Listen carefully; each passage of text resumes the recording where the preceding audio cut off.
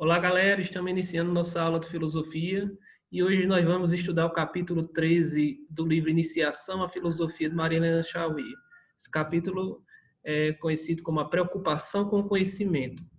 Como o capítulo é muito longo, muito extenso, eu dividi em duas partes. Nesse primeiro momento, a gente vai ver apenas metade do capítulo.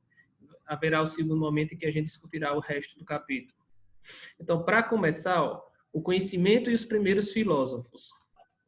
A gente vai ver aqui, os primeiros filósofos ocupavam-se com a origem e a ordem do mundo, o cosmos, e a filosofia nascente era uma cosmologia. Os primeiros filósofos eram conhecidos como pré-socráticos. Nós sabemos que Sócrates é o marco da filosofia. Tem a filosofia antes de Sócrates e depois de Sócrates. E esses primeiros filósofos, que eram conhecidos como pré-socráticos, eles se ocupavam com a origem do mundo e a causa das transformações da natureza. Buscavam conhecer o princípio natural, eterno e imutável da natureza. A gente tinha, dentre esses filósofos, Tales de Mileto, que dizia que o princípio eterno, imutável, era a água. Pitágoras, que dizia que eram os números. Demócrito, os átomos. Tinha outro que dizia que era o fogo, outro que dizia que era o ar. Então, a preocupação deles era com o cosmos, aquilo que determinava o princípio eterno e imutável na natureza, qual a origem das coisas. Então, pouco a pouco, passou-se a indagar o próprio cosmos.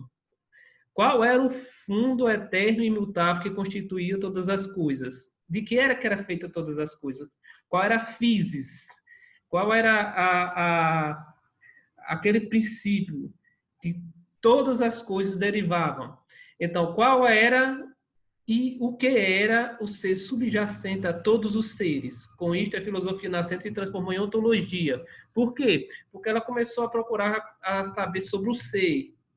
Quando a gente fala de ser, o que existe é o ser, o que não existe é o não ser. A filosofia trabalha muito com isso. Então, ela procurou saber, identificar o que era o ser, o que eram as coisas que existiam na natureza, que existiam no universo. Por esse motivo, considerava que os primeiros filósofos, chamados pré-socráticos, não tinham como preocupação principal o conhecimento enquanto conhecimento, porque eles procuravam a todo momento descobrir o princípio eterno e imutável, mas não o conhecimento em si. No entanto, dentre esses filósofos, há 3 filósofos dessa época que indicavam a preocupação com o conhecimento. É os que a gente vai ver aqui um pouco mais a fundo, que é Heráclito, Parmênides e Demócrito. Até que os nomes deles aqui apareceram letra minúscula. Heráclito, ele considerava a natureza um fluxo perpétuo, o escoamento contínuo dos seres em mudanças. Então, para Heráclito, o universo estava em constantes transformações. Ele dizia o seguinte, que a pessoa não podia banhar na água do rio mais de uma vez, porque você não seria o mesmo e a água não seria a mesma. Cada ser é um movimento em direção ao seu contrário, e a realidade é a harmonia dos contrários. Ele utilizava isso como exemplo uma vela. Ele dizia que a vela se transformava em fogo, queimava, o fogo se transformava em fumaça e a fumaça se transformava em ar. Então, era como se os movimentos que ocorressem fossem em direção ao seu contrário. Por isso que era constante transformação. E sempre transformava em algo contrário que era antes. Como nossa percepção nos oferece as coisas como se fossem estáveis? Essa era a pergunta que Heráclito tem de responder. Ele diz que tudo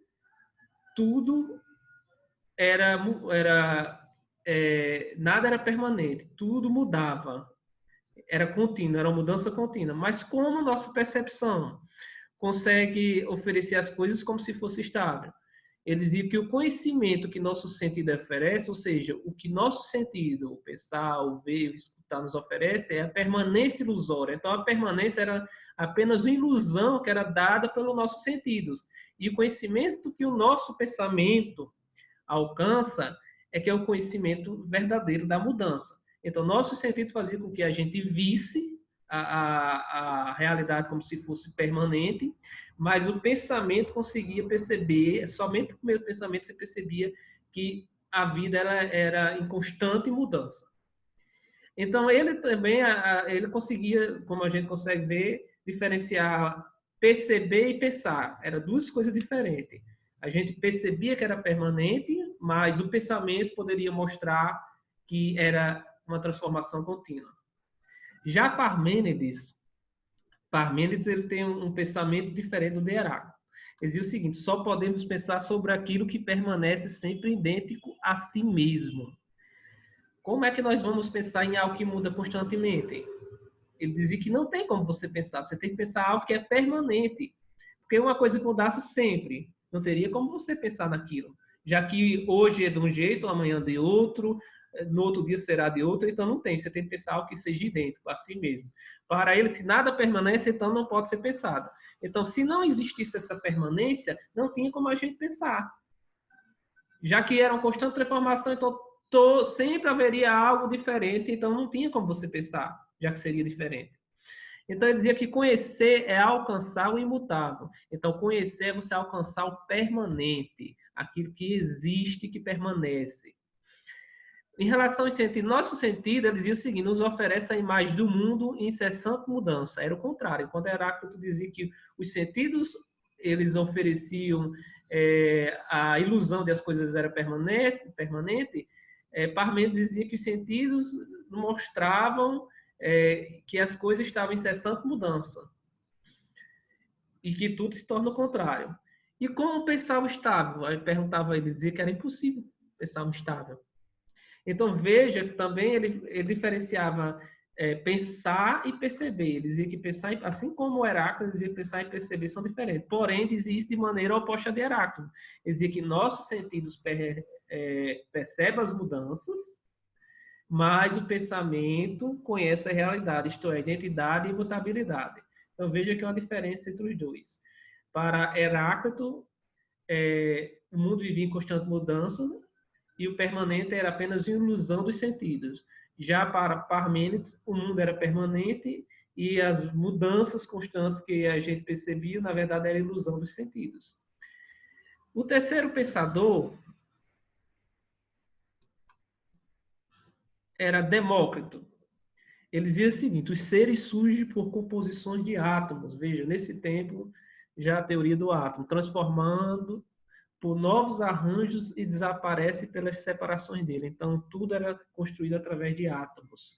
E eram essas composições, esses arranjos, essas combinações de átomos que fazia com que a gente visse as coisas diferentes. Os átomos possuem formas e consistências diferentes. É através da combinação deles que surge a variedade dos seres. Então, cada ser é diferenciado, tudo é feito de átomo, mas cada ser é diferenciado por as combinações que existem entre esses átomos. Através de nossos órgãos de sentidos, percebemos o quente e o frio, o doce, o amargo, o grande e o pequeno, sabores, odores, texturas, sentimos prazer e dor, porque percebemos o efeito das combinações dos átomos. Então, veja, essa questão, essas sensações que a gente tem, de a gente perceber algo doce, algo amargo, uma textura, o que é grande, o que é pequeno, o que é frio, o que é quente, nada mais é do que um efeito da nossa percepção. O que a gente tinha, na verdade, era apenas o efeito da percepção, que em si mesmo não possui tais qualidades. Então, os átomos não tinham essas qualidades. Eram as sensações que nos davam esse efeito. Perceber e pensar são diferentes. Da mesma forma, ele diferenciava a percepção do pensamento. Porém, Demócrito não considerava a percepção ilusória. Os dois anteriores, que a gente está estudando aqui, consideravam que a percepção era ilusória. Mas Demócrito não, ele dizia que era um efeito da realidade. Então, a percepção nada mais é do que um efeito da realidade. O conhecimento sensorial é verdadeiro, embora seja de uma verdade diferente, menos profunda. Então, a percepção ilusória, ela é real para Demócrito, mas só tem que, na verdade, ela não é tão profunda, ela não é um conhecimento tão profundo quanto aquele que o nosso pensamento alcança. O conhecimento verdadeiro, profundo, é o que o pensamento alcança. Mas só tem que o conhecimento sensorial, ele na verdade, ele não como é que se diz? Ele é um efeito da realidade, é o que ele dizia. Então, o conhecimento sensorial, ele é verdadeiro, mas não é tão profundo como o conhecimento adquirido através do pensamento. Opa! Pronto. voltando aqui. Então, nessa discussão entre conhecimento, entre o que é verdade, o que é ilusório, entre o que deve ser considerado como ilusão ou não, a gente tem o embate entre os sofistas e Sócrates. Os sofistas eram filósofos também, se consideravam filósofos. Só tem que os sofistas, eles eram filósofos que eles diziam que não existia uma verdade universal, única. Eles diziam que a única coisa que existia era opiniões. E os sofistas, eles ganhavam para ensinar os cidadãos atenienses, quando eles iam para a praça discutir política, eles ganhavam das pessoas, pessoas pagavam para ele ensinar a persuasão. Eles ensinavam tanto a questão das opiniões, de você impor sua posição e de você rebater as opiniões contrárias. Então, ele trabalhava com a linguagem, com a persuasão. Então, a gente tem aqui o seguinte, ó. Os sofistas diziam, não podemos conhecer o ser, pois se pudéssemos, todos nós pensaríamos sempre da mesma maneira e haveria uma única filosofia. Ele dizia que não tinha como você determinar o que é real, o que não é real. Tudo depende da questão da opinião. É tanto que existe uma frase de um sofista que ele diz o seguinte: o homem é a medida de todas as coisas, das que são e das que não são. O que é que ele queria dizer com isso? Ele queria dizer que tudo não passa de opinião. Se a opinião ela é compartilhada por muita pessoa, ela se torna verdadeira. O homem considera essa opinião verdadeira. Se ela não é compartilhada, ela não vai ser considerada verdadeira. Então, não existe a verdade. Enquanto o sofista dizia isso, ó, Sócrates dizia, a verdade pode ser conhecida quando compreendemos que, primeiro, precisamos afastar as ilusões dos sentidos. A gente deve se afastar dos sentidos, das ilusões sensoriais, as imposições da palavra, ou seja, as imposições que as opiniões dos outros têm sobre nós, e a multiplicidade de opiniões. Opiniões são várias, então ele dizia que existia, era opiniões sem fundamentos e apenas opiniões. Então a gente deve se afastar disso e existe uma verdade que ela pode ser conhecida, diferentemente dos sofistas. O sofista dizia, se não há verdade única e idêntica para todos, então só podemos ter opiniões pessoais sobre a realidade. Como assim? O que interessa é a opinião. Se a minha opinião sobressai sobre a sua, eu te convenço de algo, então aquilo pode ser verdade. Então, por isso que os sofistas, eles treinavam os cidadãos atenienses, os políticos, a fazer isso, a dominar a persuasão, porque fazia com que a sua opinião se sobressaísse sobre os demais. Então, sua opinião se transformaria em verdade. Já Sócrates dizia o seguinte, os órgãos de sentido, dizia Sócrates, dão-nos somente as aparências das coisas. Então, os sentidos apenas mostram as aparências e as palavras meras opiniões sobre elas. A aparência e a opinião variam de pessoa para pessoa e o mesmo indivíduo, mas não só variam, também se contradiz. Sócrates tentava mostrar isso à população ateniense, tanto que Sócrates era conhecido por sair na praça de Atenas falando com os jovens, ele perguntava sobre determinado assunto e ele fazia perguntas sobre qual era a ideia que ele tinha sobre aquilo, como aquilo surgiu, o que é isso, e a pessoa, na verdade, ele só tinha aquela opinião. Ele tinha aquela crença, mas não tinha a ideia real de onde é que veio aquela crença, não sabia explicar. Então, Sócrates fazia com que as pessoas se contradizessem e mostrava que aquilo ali era apenas crenças errôneas que você tinha adquirido ao longo da vida e você não sabia nem explicar como é que você acreditava naquilo. Já os sofistas, não. O sofista trabalhava com isso e ele fazia com que as pessoas acreditassem que as opiniões elas eram verdades, desde que a maioria acreditasse. A verdade é uma questão de opinião e de persuasão. E a linguagem é mais importante do que a percepção e o pensamento. Então, é isso que o sofista faz. A linguagem é mais importante, porque se eu consigo persuadir os outros, se eu consigo fazer com que os outros acreditem na minha opinião, então aquilo se transforma em verdade. Para ele não existia mentira. Mentira era quando você não conseguia convencer o outro. Mas se você conseguia convencer o outro, então não existia. Já Sócrates dizia, conhecer é começar a examinar as contradições das aparências das opiniões para poder abandoná-la e passar da aparência à essência, da opinião à ideia. Então, Sócrates dizia que quando você passava da opinião simplesmente para a ideia, quando você conhecia a fundo aquilo que você acreditava, quando você não entrava em contradição, porque quando você tem uma opinião e essa opinião ela entra em contradições com certas ideias, quando ela é validada apenas pelo pensamento sensorial, apenas pelos órgãos do sentido, quando você não consegue defini-la, então ela não é verdade. Sócrates não. Sócrates ele acreditava que existia uma verdade universal em que todos podiam partilhar. Então existe esse embate. Sócrates ele ficava puto da vida com o sofista. Ele não dizia que os sofistas não eram filósofos, até porque eles ganhavam para isso. E o filósofo ele tem amor à sabedoria. Ele faz isso apenas pelo prazer de conhecer, de buscar a verdade. E o sofista não. A gente aqui tem uma chargezinha que diz: ó, as coisas só podem ser ou verdadeiras ou falsas. É o que Sócrates dizia. Se as coisas não são verdadeiras, se você não consegue comprovar, elas são falsas. E isso, na atualidade, a gente está tendo um certo problema em relação a isso, porque muita gente diz, é a minha opinião, fala algo e sua opinião. Eu já disse, opinião sem fundamento, sem embasamento científico, sem a ideia, é a mesma coisa que merda, opinião. Opinião, ela tem que ter fundamento, tem que ter embasamento científico. A sua opinião não vale nada se você não tem isso, se você não consegue comprová-la.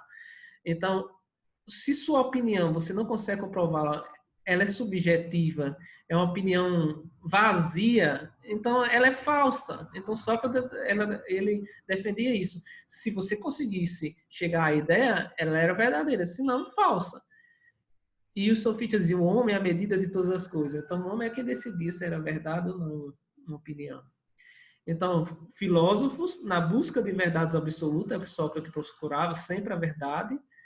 Já o sofista, na busca de vários pontos de vista, ele defendia que tudo depende do ponto de vista, como você vê as coisas. Sem que, na verdade, não é bem assim. É claro que a gente sabe que existem diferentes pontos de vista em algumas situações, mas outras situações ou é verdade ou é mentira. Então, nesse ponto, nessa embate entre Sócrates e o sofista, Sócrates estava certo. Então, assim como Sócrates, o seu discípulo Platão também, ele buscava estudar o conhecimento e defender a teoria de Sócrates. Então, ele faz o quê? Define 4 formas do grau de conhecimento que vão do grau inferior ao grau superior. A saber, quais são esses 4? A crença, a opinião, raciocínio e a intuição intelectual. Veja que eles vão de graus diferentes. Então, a gente começa aqui pela crença. A crença é a nossa confiança no conhecimento sensorial. É quando a gente acredita em tudo que a gente vê, que a gente não questiona. É que não é uma questão que a gente fala do Sol. Se você for acreditar no seu sentido, o Sol gira em torno da Terra. Mas a ciência, a astronomia, ela prova que é o contrário. Que é a Terra que gira em torno do Sol. Opinião é a nossa aceitação do que ensinaram sobre as coisas, do que pensamos sobre elas. O que a gente aprende, gente, são as crenças costumeiras. A gente aceita a opinião dos outros sem questioná-la, simplesmente reproduz. Elas são impostas pela linguagem. Então, o que o sofista fazia. Então, nesse caso, a opinião, nossa aceitação do que nos ensinaram. Nem tudo que você aprendeu ao longo da vida, que a humanidade vai passando de geração em geração, ela não é certa, por acaso. A gente pode pegar o racismo. Até hoje existe o racismo. E muita gente reproduz e acha que é superior, mas volte, estude, reflita para você ver que é apenas opiniões que você recebeu, geralmente seus familiares que são racistas. Então, esses dois primeiros graus, eles fazem parte do conhecimento sensível, ou seja, do mundo das aparências. Então, conhecimento sensível, então, porque é através do nosso sentido, a gente adquire e a gente não utiliza a razão. Então, faz parte da aparência, o mundo ilusório. Já o terceiro grau, raciocínio. Ele exercita o nosso pensamento, purifica das sensações e opiniões. O raciocínio é porque você já começa a utilizar a razão, você já começa a se livrar do mundo da aparência, do sensível, você já começa a pensar. Então, o último grau seria intuição intelectual, o espírito conhecer diretamente as essências da coisa, as ideias que são conhecimento verdadeiro. Então, a intuição intelectual é quando você já vai diretamente em busca da essência das coisas. Você não se deixa prender pelas aparências, além de raciocinar, você já sabe como você chegar à verdade, do que é o conhecimento verdadeiro. E esses dois últimos passos é o conhecimento inteligível. Qual é o conhecimento inteligível? É das ideias, do real. Então, Platão ele divide o mundo em conhecimento sensível e inteligível. Sensível é o dos sentidos, das aparências. inteligível das ideias, é o real, é o conhecimento profundo. Aristóteles também ele faz essa distinção, é um pouco diferente. Aristóteles já seria discípulo de Platão. A gente tem Sócrates, Platão e Aristóteles. Distingue 7 formas o grau de conhecimento. A saber, quais são? Quais são? Sensação, percepção, imaginação, memória, linguagem, raciocínio. Essa passagem ela é contínua, de um grau para o outro, uma passagem contínua. Então, veja, a gente tem graus de conhecimento, que recebe o conhecimento anterior e aperfeiçoa. Então, sensação passa para a percepção. A percepção já é aperfeiçoamento da sensação. A imaginação já recebe a sensação e a percepção, já é aperfeiçoamento. Aí tem a memória, que também já vai ser o aperfeiçoamento dos anteriores. Veja que é sempre um aperfeiçoamento contínuo. E no fim ele separa, até chegar a raciocínio, no fim ele separa a intuição dos demais. Por que ele separa a intuição dos demais? Ele diz o seguinte: temos o conhecimento da intuição do que não pode vir dos graus anteriores. Então, a intuição ela já é bem mais alta, porque a gente sabe do que não é só a questão do aperfeiçoamento, a gente sabe o que a gente pode absorver dos graus anteriores e o que a gente não pode absorver. Então, temos conhecimento dos princípios universais necessários ao pensamento e dos primeiros princípios e causa da realidade do ser.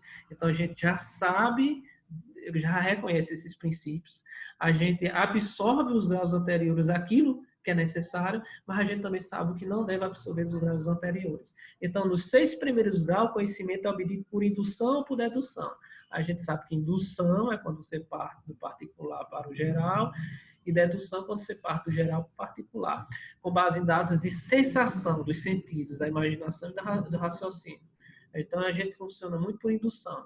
A gente geralmente conhece algo e a gente costuma julgar as outras coisas que são parecidas a partir daquilo que a gente conhece. Ou então, a gente conhece várias coisas e costuma julgar aquele particular que faz parte daquele grupo a partir do conhecimento geral que a gente tem daquelas coisas que a gente já conhece.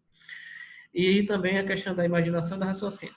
No último grau, conhecemos o que é indemonstrável, ou seja, o que não aparece através das sensações. São os princípios e causas primeiras. Então, a essência, porque é a condição para todas as demonstrações e raciocínio. No último grau da intuição, a gente já consegue buscar a essência, sem deixar ser orientado ou então influenciado pelos graus anteriores, aquilo que há de errado nos graus anteriores. Aí a gente aqui vai ver a questão do cristianismo e a teoria do conhecimento. Existia um certo momento que a filosofia, principalmente na Idade Média, Idade das Trevas, em que a filosofia ela foi utilizada pela religião. Então, na filosofia medieval, a religião encontrava mesclada a filosofia. A filosofia é como se ela fosse utilizada, ela foi utilizada por alguns padres, por alguns religiosos, para justificar a religião. Então, a perspectiva religiosa trouxe uma ruptura na ideia grega de uma participação direta e harmoniosa entre o nosso pensamento e a verdade. Lembre-se que no início da filosofia, a primeira coisa que o ser humano fez foi tentar fugir do mito, dos deuses. Na verdade, ele começou a colocar que o ser humano tinha de investigar a coisa e descobrir a partir de quê? Do seu pensamento. Então, era a participação harmoniosa entre o nosso pensamento e a verdade. Foi uma fuga da mitologia e dos deuses. Já a religião, ela vem novamente mesclar a filosofia à crença. A nova percepção baseava na crença de uma separação entre o ser humano e Deus, causada pelo pecado original. O cristianismo ele prega isso, que Adão e Eva praticaram o pecado e são seres decaídos, expulsos do paraíso, ficaram separados de Deus. Então, por seres decaídos, pecadores, então nós seres humanos, nós somos induzidos, nós somos levados a cometer erros, enquanto Deus não, Deus é a verdade. E não é só a questão do cristianismo, são todas as religiões que acreditam nisso, né? A maioria delas, que a gente sabe, tem os judeus, temos o cristianismo, temos o islamismo. Então, todas essas religiões, elas elas trabalham com essa ideia de que o ser humano é um ser decaído, que ele, na verdade, a essência dele é o pecado. Para pensadores como Santo Agostinho, o judeu Maimônides e São Tomás de Aquino, e os muçulmanos Avícenas e Averroes, era por meio da fé que todas as perguntas filosóficas eram respondidas. Então, como se respondia a filosofia? Não era através do pensamento, era através da fé. Então, vai começar a haver uma subordinação da filosofia à fé, à crença. Então, por meio da fé na revelação, essas religiões que eu estava falando são religiões da revelação. Contida nas Sagradas Escrituras, os evangelhos que são para o cristianismo, o Torá, que é para os judeus, e o Alcorão, que é para os muçulmanos. Deus permite que nossa alma contemple as verdades superiores, isto é, revelada por Ele. Deus permite que a gente contemple a verdade, mas só através de Deus, através da religião. Então, a verdade só tem como você buscar a verdade através da religião. Não há mais como você buscar o ser humano através do seu pensamento, somente pensamento. Então, eles começam a fazer uma distinção, a distinção de verdade, a razão e verdade da fé. Há verdades que sua razão possa alcançar e há verdades que sua fé pode alcançar. Ambas andam junto. Mas se haver uma contradição entre as verdades da razão e a verdade da fé, quem prevalece é a verdade da fé. Tudo aquilo que a razão contradiz a fé, você tem que conseguir pela fé. E para você entender isso, você tem que sentir fé. Se você não tiver fé, não tem como você compreender. Então a filosofia passou a ser totalmente subordinada à religião, à fé. A causa da verdade é a inteligência divina, ou seja, é o que vem de Deus. A verdade só pode ser dita por Deus, ou tudo que tiver relacionado a Deus, enquanto a causa do erro e do falso é a vontade humana. Então, isso, na verdade, também dava muitos poderes aos religiosos. Então, tudo que eles diziam se tornava verdade. E tudo que os filósofos diziam que ia contrário à igreja se tornavam mentira. Por isso que nessa época, boa parte do pessoal, muitos filósofos foram queimados, enforcados pela igreja. Podemos conhecer a verdade desde que a razão não contradiga a fé e se submeta a ela. A razão ela pode ser conhecida, se não contradizer a fé. Mas se haver um embate entre a fé e a razão está errada e quem prevalece é a fé. Uma ideia só era aceita se esta viesse com o selo de alguma autoridade reconhecida pela igreja. Então, por isso que é religião da revelação, porque acredito o seguinte, se o cara era da igreja e ele dizia algo, então era verdade, porque Deus tinha dito a ele. E hoje a gente vive praticamente esse momento. A gente tem aí alguns religiosos, alguns pilantras, que o que eles não conseguem se embasar na Bíblia, eles utilizam a Bíblia, na verdade, ele distorce a Bíblia, pega algumas partes lá, o que eles não conseguem se basear, esse é o problema da religião. Ele diz que escutou uma revelação, que Deus disse a ele. E os fiéis acreditam. Então, essa é a teoria. Tudo que é aquilo que ele não consegue se basear na Bíblia, ele diz que receberam a revelação. E as pessoas acreditam nisso. Então, veja que a filosofia desse período, ela praticamente era utilizada apenas como objeto para confirmar os atos da religião. Vou dizer das igrejas, porque existem outras religiões aí. Então, ela era utilizada apenas com esse fim. Então, era uma forma de justificar os atos da igreja. Então, esse foi um momento que a filosofia ela perdeu praticamente a sua essência. Então, gente, a nossa primeira parte do estudo desse capítulo fica por aqui. Então, qualquer dúvida que vocês tiverem, vocês podem entrar em contato pelo Zap. Vou deixar um exercício aí no Seguedu que vocês respondam. Qualquer dúvida, podem entrar em contato comigo. Até a próxima.